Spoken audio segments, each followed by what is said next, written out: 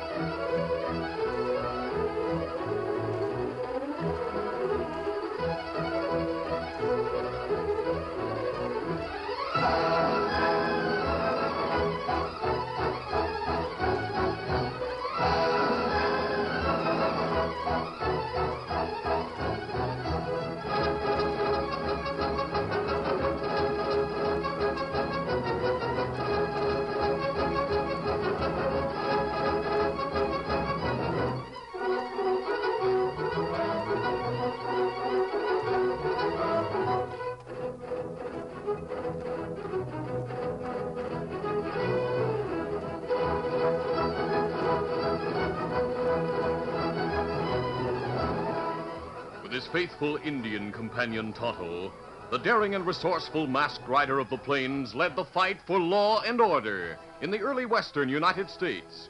Nowhere in the pages of history can one find a greater champion of justice. Return with us now to those thrilling days of yesteryear. From out of the past come the thundering hoofbeats of the great horse Silver. The Lone Ranger rides again. Come on, Silver. Let's go, big fellow. Hi-Yo Silver! Hooray!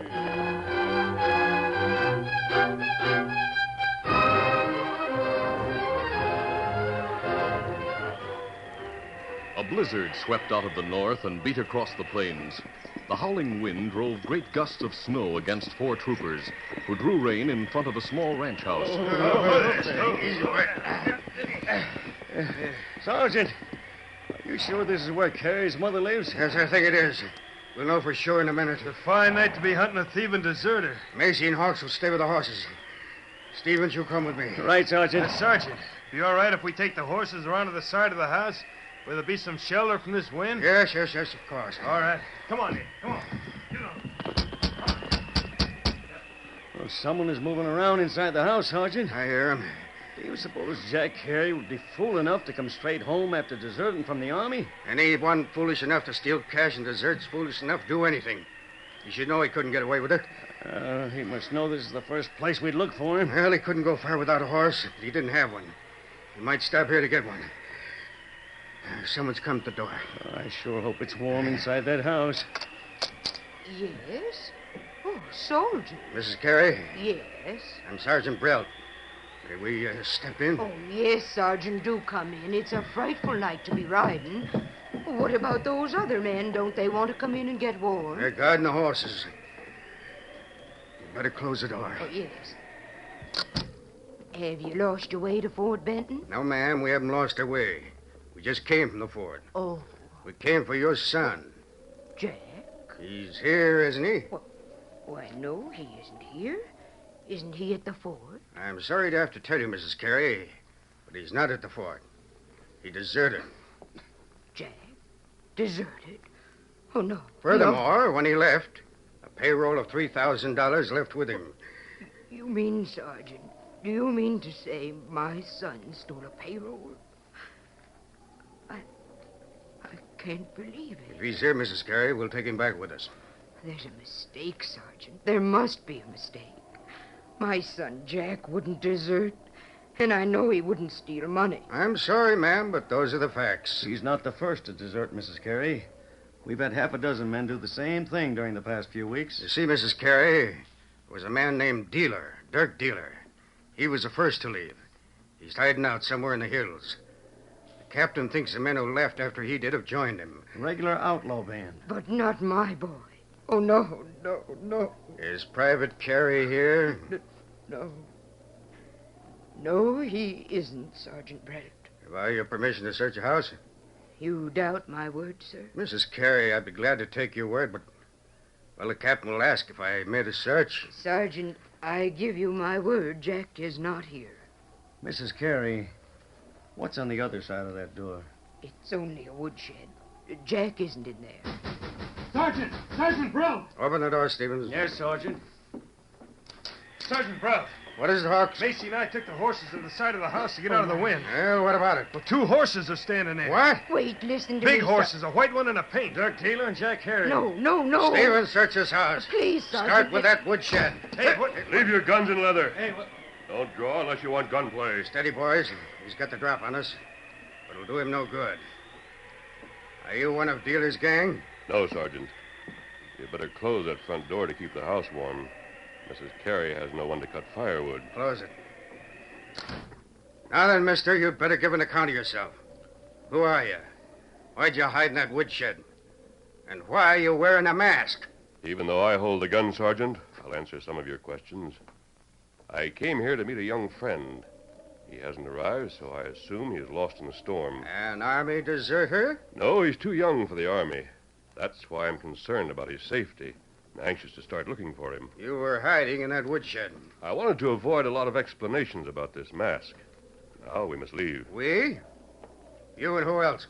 An Indian named Tonto. Sergeant Braddock, this man With is... your permission, Sergeant, we'll leave at the door from the woodshed. You'll do nothing of the sort. I In want... that case, we'll have to leave without your permission. You! We're coming after you. Come through this door and you'll meet gunfire. Hurry, Tonto. Out that way. How many soldiers inside? 3. There's probably one left of the horses. The Lone Ranger and Tonto rushed from the back of the house to the sheltered side. With Scout and Silver, there were 4 army horses and 1 man on guard. He cried out in surprise when he saw the strangers. Hey, what's going on? Sorry, soldier. We're in a hurry. The soldier fell from a blow to the chin. Easy. Come on, through there. The sergeant, followed by 2 men, left the house by the front door. When the 3 reached the side of the house, the masked man and Tonto were well on their way. There they go. I'll try to get them. Oh, it's no use trying to hit him with a 6-gun at this distance. What do we do about them, Sergeant? That masked man was at the house. He must be a friend of Carey's. He may lead us to him. We'll follow his tracks as far as possible.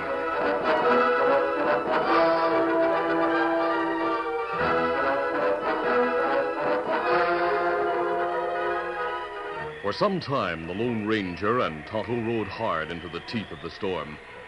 Then they changed to a strength-saving gait and continued along the route that would be used by Dan Reed, the masked man's teenage nephew.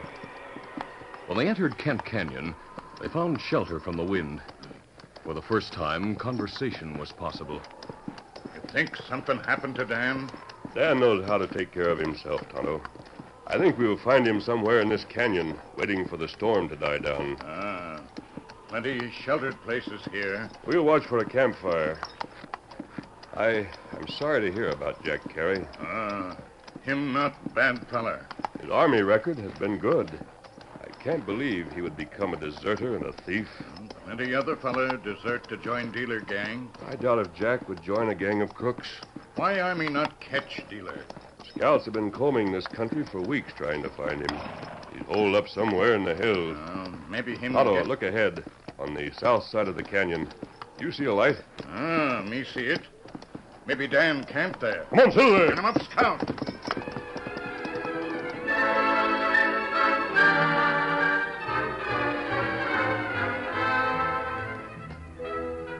Dan Reed had built a campfire close to the mouth of a large cave, so the smoke would not be suffocating.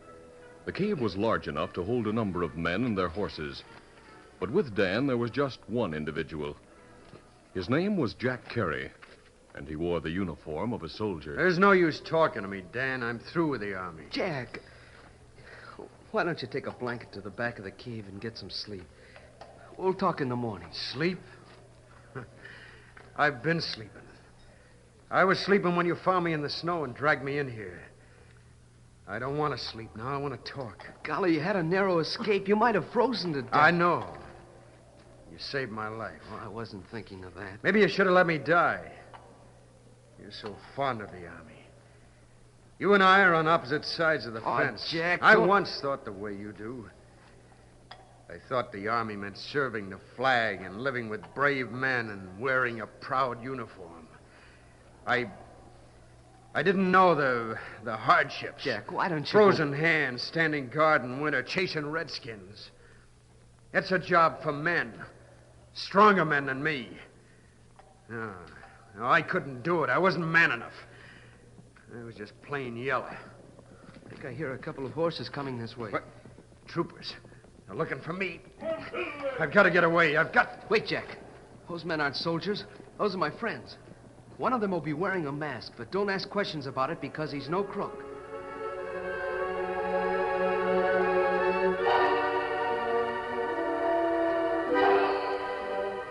The Lone Ranger and Tonto were pleased to find Dan unharmed and comfortable in the shelter of the cave. While Tonto attended the horses, the masked man learned how Dan Reed had found the young deserter unconscious in the snow. Then he heard Jack Carey's story. Then you didn't run away to join Dealer's gang? No, of course I didn't. I wasn't one of Dealer's pals. I'm glad of that. I know all about Dirk Dealer. His gang was broken up, so he enlisted. When he found some fellas who were willing to join him in a new gang, he deserted. The rest of the men followed as soon as they had the chance. Did Dealer try to persuade you to join him? Well, he spoke to me about it. I told him no. What's it to you? Why are you so interested in Dealer? I'm not. I'm interested in you. Because I knew your father. The night I was in your house when Sergeant Bell came looking for you. Well, then my mother knows about me? She wouldn't believe the Sergeant. No, I don't suppose she would. She's about... Oh, hang it all. You didn't stop to think very far, did you, Jack? No, I reckon not. I saw a couple of my friends brought in, dead. Indian arrows in their backs. I got to wondering why I put up with all the hardships. So you ran away. Yes. I was in the office thinking about it, then the captain came in with the payroll money. He told me to lock it up, then he went out. I was alone. I thought of what I could do if I were free with all that money. No, I went to the gate. I don't know where the guard was. I just walked out. Then you did steal the payroll money. Yes. I was out of the fort before I realized it. Where is the money? I hid it near the mouth of this canyon. You came all this way on foot. Yes. And I had a lot of time to think. I'm sorry I did it, but I can't go back. You would like to go back? If I do, I'll be shot. If I don't go back, I'll have to hide for the rest of my life. Jack, could you join Dirk Dealer? I'd rather die. Answer my question. I guess I could join him. Can you find him? I think so. If I ride alone through the hills, some of his men will spot me. Jack, listen to me. Army rules are rigid. Few men have a second chance to be a soldier. Do you want a second chance? What good would it do me to want it? I hear horses in the canyon. Now, look. 4 riders, troopers. What? Dan, Tonto, bring the horses outside. They'll see the fire. That's why we must hurry. Here, horses, keep us Good, steady, big fellow. Easy. easy, fella. Jack, you'll ride with me Yeah, but where? Why? to get that second chance. Come on, Silver! Get up, Dexter.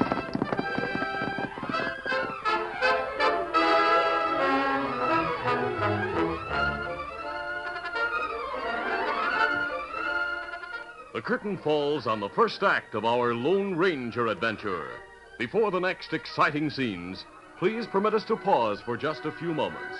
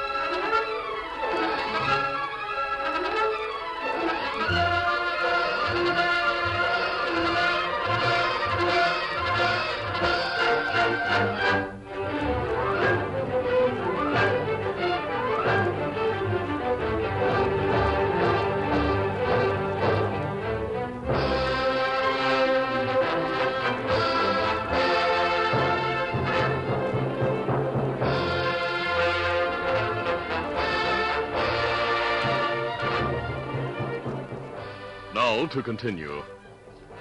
After leaving the cave in Kent Canyon, the Lone Ranger had led the way to another campsite. Morning found Jack Carey willing to trust the masked man and ready to act on any suggestion. He returned to the canyon and got the stolen payroll, then set out on foot, following rocky trails that high winds had swept clear of the light snow.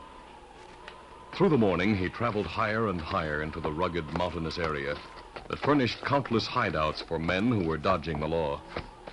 He hoped to be seen by Dirk Dealer or one of his henchmen. It was nearly noon when his hope found fulfillment. Dealer himself appeared quite suddenly at a bend in the trail. Hello, soldier. What? Dealer, Well, so you finally got enough of army life, huh? did you hear about my desertion? Sure. Likewise, I heard that you'd made off with some cash. You're surprised at how I learn things, huh? Well, my men get around. They hear people talking. I didn't know whether I could find you or not. Didn't I tell you to head for the mountains and you'd be seen? Yes, but We still saw didn't you a think- couple of hours ago when you were in the valley. Oh. I've had my eye on you ever since to make sure you were traveling alone. You don't take any chances, do you, Dealer? No. Why did you head for the mountains? Were you looking for someone? Yeah. Before you left the army, you said something about me joining your gang. You weren't interested. At that time, you didn't have a gang. You were just talking about forming one. Carey, I don't know how far I can trust you. I need a horse, a place to stay, and a chance to make a bankroll. You want to join my outfit? You think I've been walking through these hills for exercise?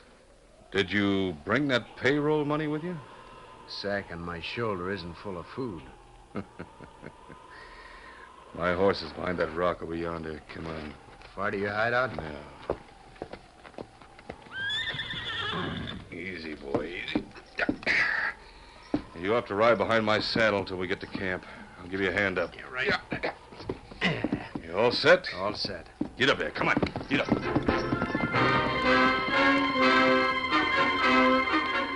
From his camp in a secluded valley, the Lone Ranger could see the towering mountainsides, white with snow in places, and in other places swept clear by the wind. Throughout the day, Tonto and Dan Reed had kept busy making a shelter of evergreen branches, but the masked man had maintained a constant watch for any sign of a horseman approaching from the hills. And while he watched, he wondered if the deserter had succeeded in establishing contact with Dirk Dealer's men. That night, there was no moon. The only light came from the stars. Dan Reed and Tonto shared the watch. It was nearly midnight when the Lone Ranger broke a long silence. If Carey hadn't established contact with Dealer's men, he would have returned before this. Unless... Oh, he wouldn't do that. Well, what's that, Dan? I was just thinking he might have decided to stay away for good. Oh, I doubt it, Dan. So do I. He's really sorry for what he did. That's why I'm willing to help him get another chance. Maybe he can't get away from the Dealer bunch. I think he did. And I think he managed to borrow a horse. You do? Why? Look where I'm pointing. You'll see something moving along the edge of the valley. I can't see anything. Him hard to see, 'cause mountainside dark and back of him. It's too steep to hold snow. You see, Matano? Me watch him several minutes. Oh, I saw him just then. Golly, won't it be great if he knows where the Dealer gang is hidden? Me not sure that feller friend. Maybe him outlaw. Sound the bird call, Tonto. We'll see if he replies.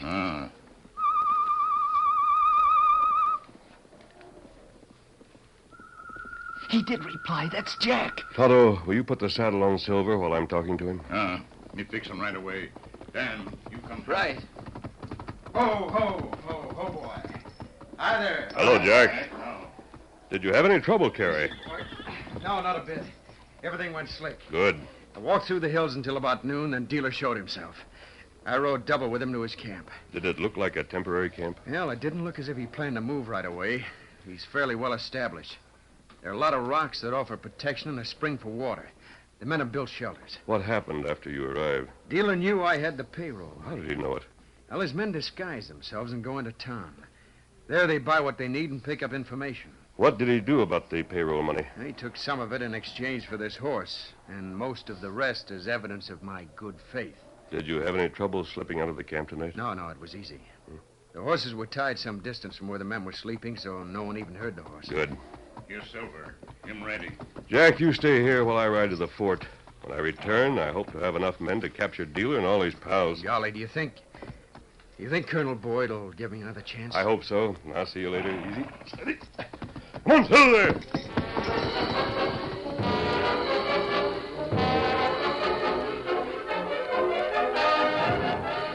Some time after the Lone Ranger left the camp, Tonto and Dan were talking to the young soldier without suspecting that 3 men who had left their horses at a distance were creeping close with guns drawn.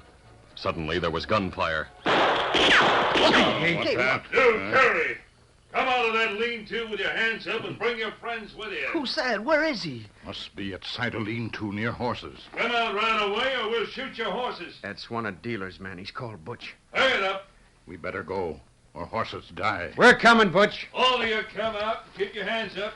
As Jack, Dan Reed, and Tonto left the shelter, they saw 3 men standing near the horses, and all 3 held guns. What do you have to say for yourself, Carey? What are you doing here? I came to meet some friends. What's wrong with that? Maybe nothing, maybe plenty. That depends on who your friends are. How did you get here?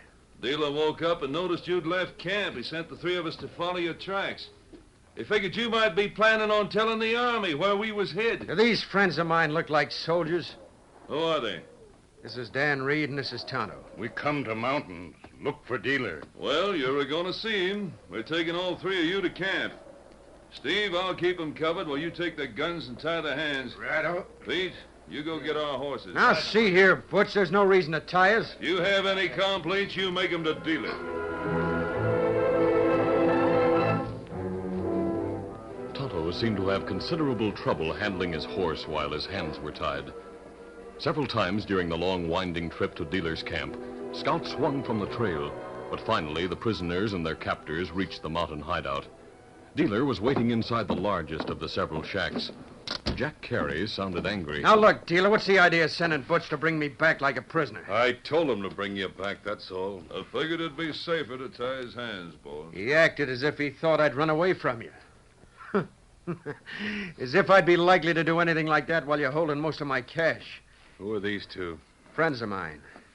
They wanted to see you. Why? Why do you suppose? Did you say you wanted as many men as you could get? Untie them, Butch. Well, boss, maybe first we ought to rouse the rest of the boys. You think these 3 might start some trouble? Well, you can't have... There's only 4 of us here, Butch. We might need the help of the others to handle Carey and an Indian and a kid. All of them disarmed. Cut their ropes. Maybe you better. All right, Carey, suppose you introduce your pals. This is Dan Reed and this is Tonto. Yeah. Kid's kind of young, but maybe we can use him. What'd you say the Indian's called? Didn't you say Tonto? Oh, me got other name. Where have I heard the name Tonto? You know, somehow, boss, it's familiar. Yeah, I've heard it somewhere. Tonto. There, you free. A friend of mine, Trigger Marsden, used to mention Tonto. They're Indian tribe, that name. No, that wasn't it. Hey, I've got it. Tonto helped to capture Marsden. Tonto worked with the Lone Ranger. What? The Lone Ranger? Well, he put Bates in jail. What about that? Are you the Lone Ranger's pal? There are plenty Indian named Tonto. I ask you a question. I want a straight answer. Now, look, boss, why would I bring a pal of the Lone Ranger here? I'll tell you why, Carey. Maybe you figure to sell me out. Well, I'll get the truth. Butch, call the rest of the boys. Tell them to build up the fire. All right. We'll use Indian methods to get true facts. Dan, better we make a break. Now! Look out! Tonto leaped at Dealer, knocked him off balance, then swung a hard fist to Butch's chin. Dan, meanwhile, charged the 3rd member of the gang, while Jack swung on the 4th. The momentary advantage of surprise, however, was quickly lost, as the 4 brawny outlaws regained their balance. All right, don't shoot him. Just slug him. I want him able to talk. Dan fell from a hard blow and lay at one side of the shack. Tonto and Jack were still on their feet, but were taking a merciless beating when the door flew open. A masked man! The Lone Ranger's quick glance took in the situation. He saw Dan helpless on the floor. His rage found an outlet in a smashing blow to Butch's chin. No! That was for you, Dan. I'll get that Lone Ranger. Dealer went for his gun, but he was too slow. Take it! The Lone Ranger whirled, ducked low, and brought his fist up to the point of Dealer's chin. Meanwhile, Jack Carey fell. Tonto was grappling with the two other crooks, when suddenly there were shots and hoofbeats outside. Quickly, the masked man stepped back, drew both his guns, and... That's enough. From now on, if there's any fighting, it's with guns. Stand back and put your hands up. Oh, wait. Don't shoot. He get guns from crooks. Right. 3 other crooks outside. I didn't come alone. Colonel Boyd and a half a dozen troopers were with me. I think they've taken care of the others. Oh, golly. Dan, are you all right? Yes, I just got my chin in the way. How about you, Jack? Oh, I guess I'm all right. We have 3 prisoners outside. There are 4 here, Colonel Boyd. That takes care of all of them. Good. Oh, my chin. All right, stand up, dealer. We're taking you and your pals back to the fort. You, Colonel Boyd. Colonel Boyd, No sir, explanation is necessary, Carey. My masked friend told how you helped find the hideout of these crooks. Oh, he did. You'll have to face court-martial for absenting yourself without leave, but I think you have no cause to worry. The payroll money, sir. Dealer has most of it. Yes, I know. We'll collect it. Carey, you double-crossing polecat. I should have known you'd never make an outlaw. If it hadn't been for you, No, dealer. You admit Private Carey helped in your downfall. Well, your statement will weigh heavily in his favor at the trial. You men, rope the prisoners. Yes, sir. You'll not need us any longer, Colonel Boyd. Only long enough to express my gratitude. Come, Dan, let me help you to your horse. I'm all right now. I can walk all right, sir. Thanks for believing me, Colonel Boyd. My thanks to you, sir, for following the trail. Adios. Adios. Mr. Colonel Boyd, I don't know what that masked man told you, but I do know who he is. Private Carey, he told me enough to justify a second chance for you. Who is he? He's the Lone Ranger.